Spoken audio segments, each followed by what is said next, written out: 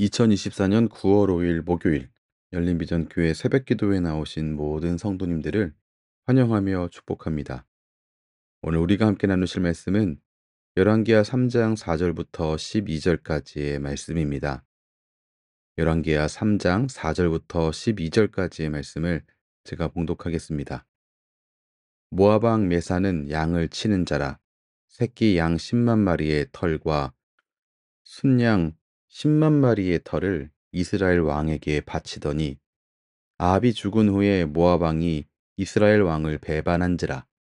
그때에 여호람 왕이 사마리아에서 나가 온 이스라엘을 둘러보고 또 가서 유다의 왕 여호사밧에게 사신을 보내 이르되 모압 왕이 나를 배반하였으니 당신은 나와 함께 가서 모압을 치시겠느냐 하니 그가 이르되 내가 올라가리이다.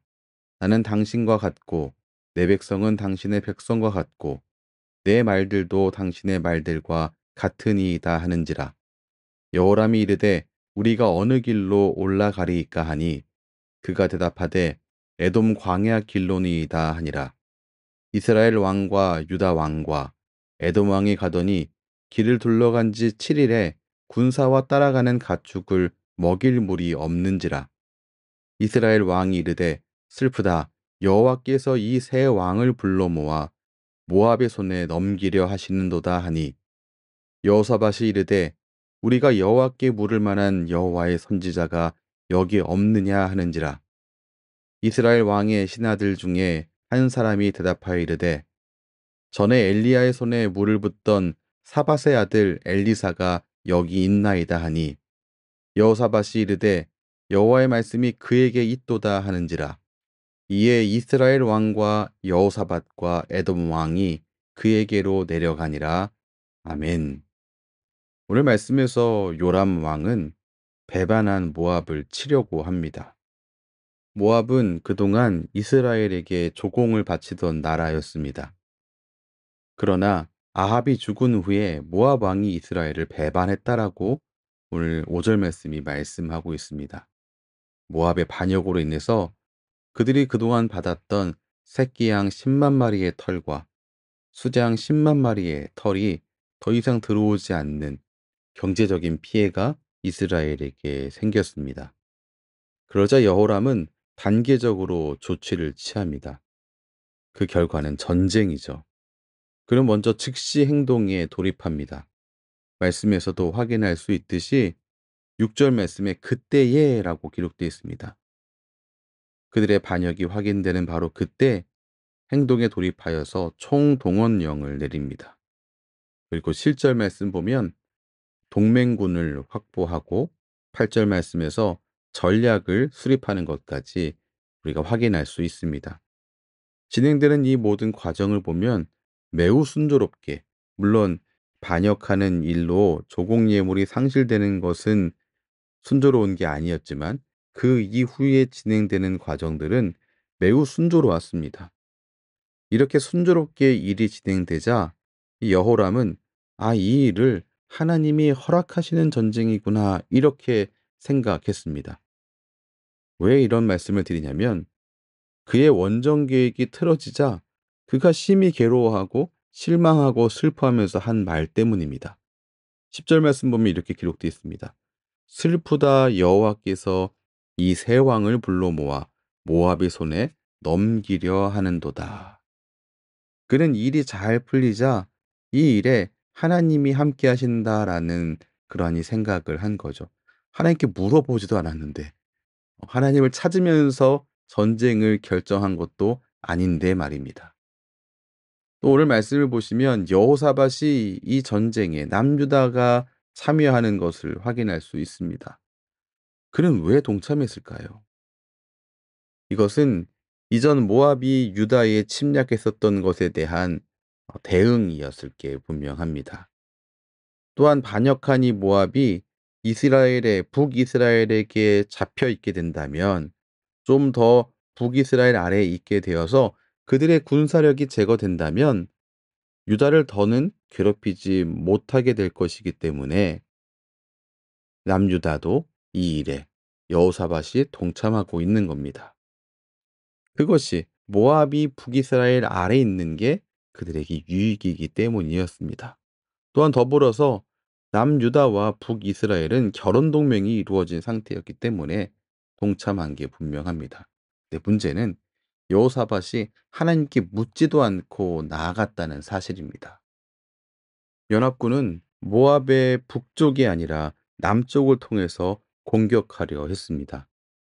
남쪽은 돌아가는 길이었지만 모압이 예상하지 못한 그러한 진로였기 때문입니다.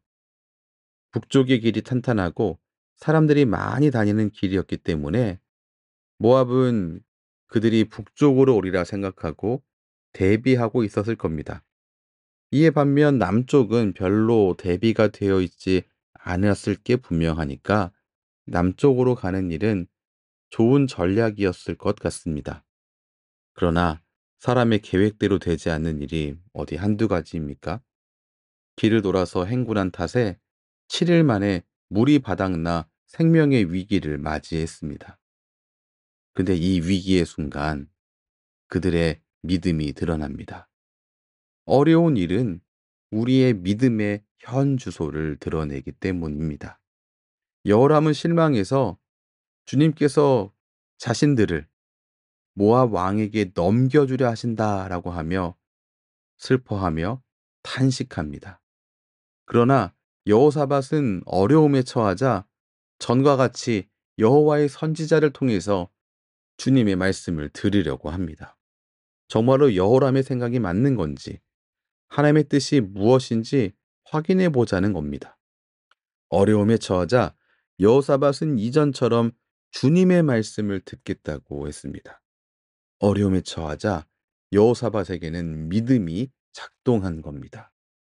여러분, 믿음은 위기의 순간, 어려움의 순간에 드러납니다. 그러므로 어려운 일을 당할 때 실망과 탄식이 작동하는 것이 아니라 믿음이 작동되는 우리 모든 성도님들 되시기를 주님의 이름으로 축원합니다. 또한 어려운 일은 우리로 겸손하게 만듭니다. 오늘 12절의 하반절 말씀 보면 이에 이스라엘 왕과 여호사밧과 에돔 왕이 그에게로 내려가니라 이렇게 기록되어 있습니다. 그 지경에 엘리사가 있다는 소식을 들은 왕들은 그를 소환하려고 하지 않고 그에게 내려갑니다. 그들이 당한 어려움으로 인해서 오히려 겸손해진 겁니다. 어려운 일은 참으로 우리의 계획이 얼마나 엉성한지, 또 우리가 얼마나 별게 아닌지, 얼마나 연약한 존재인지, 내가 지혜라고 생각했던 게 얼마나 어리석은 것이었는지, 내가 건강하다고 생각했던 것이 그게 얼마나 착각이었는지 깨닫게 하는 유익이 있습니다. 그리고 이를 통해서 높으신 하나님을 바라보게 하는 유익이 있습니다. 어려운 일은 참으로 교만한 우리를 겸손하게 만드는 유익이 있습니다. 말씀을 정리하겠습니다. 그러므로 일이 순조롭게 진행된다고 하나님의 인도하심이다라고 하나님이 이곳에 함께하고 계시다라고 지레짐작하지 마시기 바랍니다. 일의 순조로움이 하나님이 일하고 계시다, 하나님이 여기 계시다라고 하는 증거가 아닙니다. 사람이 계획을 세운다 할지라도 그 길을 인도하시는 분은 하나님이십니다. 실제로 우리는 살아가면서 우리의 계획대로 되지 않는 때를 참 많이 만나게 되지 않습니까? 어려움을 만날 때 실망하거나 불평하는 것이 아니라 잠잠히 그리고 겸손히 주님의 뜻을 찾는 성도 되시기 바랍니다.